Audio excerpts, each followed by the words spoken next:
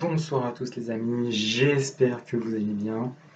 Bienvenue pour ce débrief de la phase allée du groupe F, Ligue des Champions.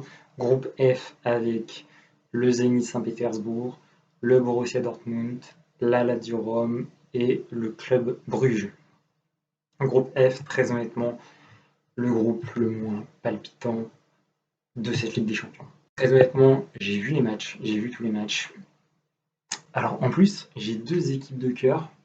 Du coup, j'ai mis le maillot de Dortmund, j'ai pas mis le maillot de la Lazio. J'ai 4 maillots de la Lazio. Alors la Lazio, je vais vous raconter ma vie un petit peu. La Lazio, je suis allé en octobre dernier pour voir le match Lazio-Rome contre Stade Rennais, car la Lazio était dans le groupe de Rennes. On avait également la chance d'avoir le Celtic Glasgow, donc je suis également allé à Glasgow. Et j'en ai profité donc, pour faire un petit séjour à Rome, c'est magnifique. Aller dans la Curva Nord pour le match de la Lazio et dans la Curva Sud pour le match de la Roma. Parce qu'il faut savoir que l'AS Rome et la Lazio Rome se partagent le même stade qui est le Stadio Olimpico, le stade olympique de Rome, 80 000 places, qui accueillera le match d'ouverture de l'Euro 2020 qui aura lieu en 2021. Donc le match d'ouverture sera Italie-Turquie au Stadio Olimpico. Et donc je voulais un peu voir ce que ça donnait, surtout que j'ai trouvé une place à 8 euros.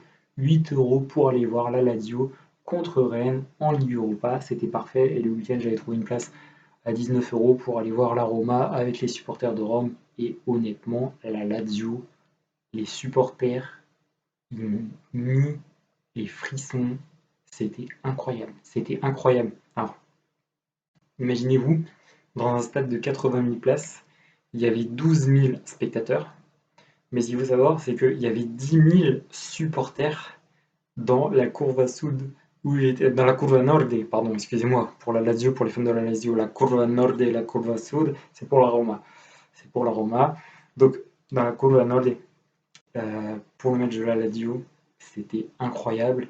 Et du coup, bah, après, je suis allé sur YouTube, je suis allé voir leurs vidéos, je suis allé voir leurs chants, je suis allé voir les tifos, tout ce qu'ils faisaient et tout. Je me suis intéressé à ce club, pardon. Et du coup, ben voilà, c'est devenu un peu un club de cœur, comme ça, un peu par accident, parce que la Lazio Rome, je m'étais jamais vraiment intéressé à eux.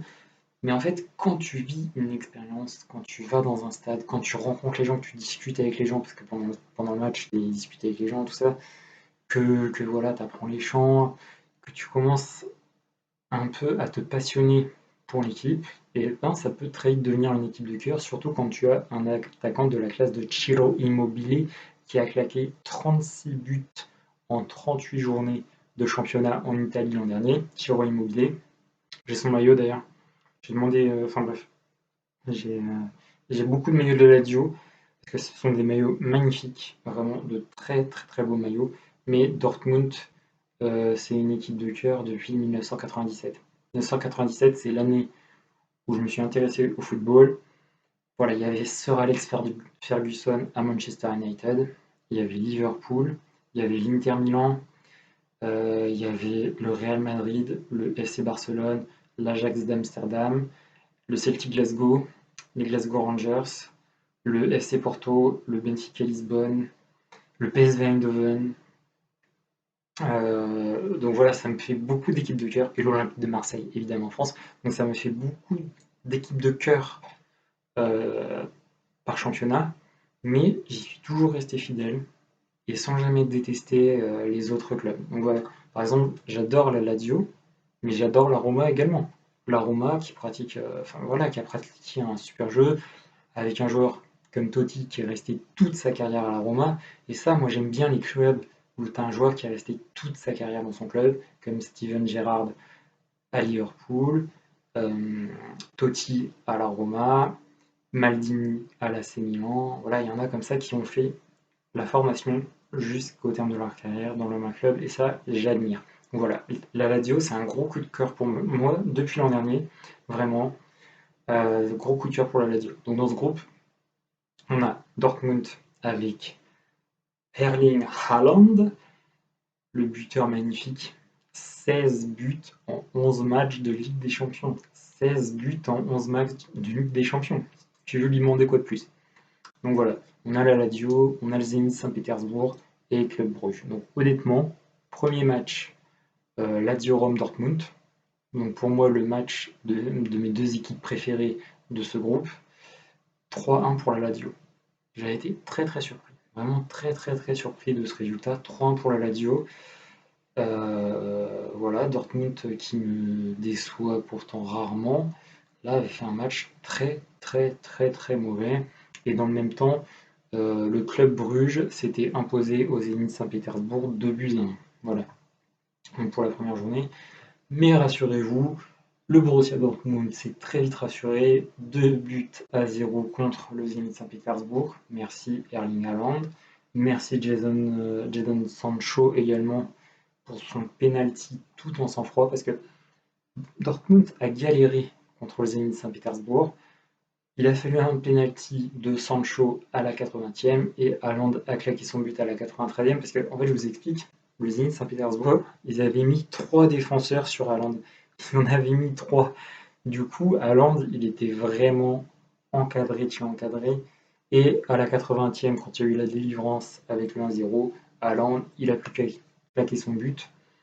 Et dans le même temps, on a eu un match nul 1-1 entre le Club Bruges et la Lazio Rome. Ce qu'il faut savoir dans ce groupe, c'est que depuis plusieurs semaines, la Lazio Rome est touchée très fortement par le Covid-19 et il y a entre 18 et 11 absents par match depuis 3 semaines. Ça varie entre 18 et 11 absents. Du coup, je ne peux pas juger la Lazio. Je peux pas la juger. Franchement, premier match 3-1 contre Dortmund, équipe type, tout allait bien. Mais après, un partout contre le Zénith et un partout contre Bruges et un partout contre le Zénith, là, mercredi dernier. Je peux pas leur en vouloir. En plus, ils égalisent à la 86e par Caicedo.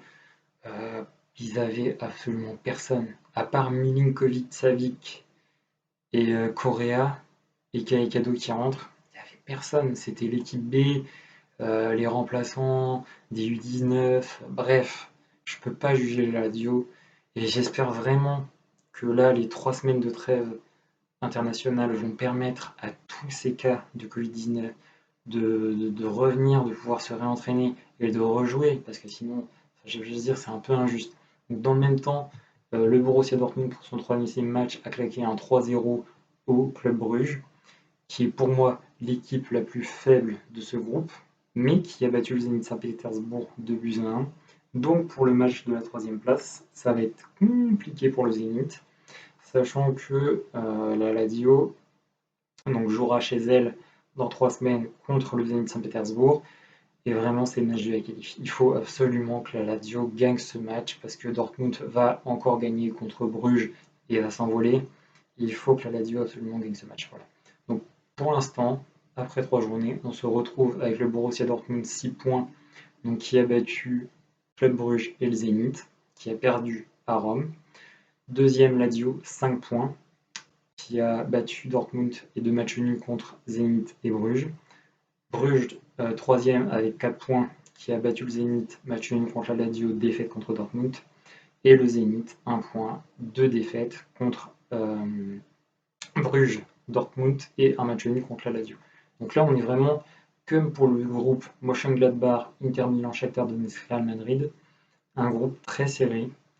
Donc Dortmund 6 points, Lazio 5, Bruges 4, Zénith 1.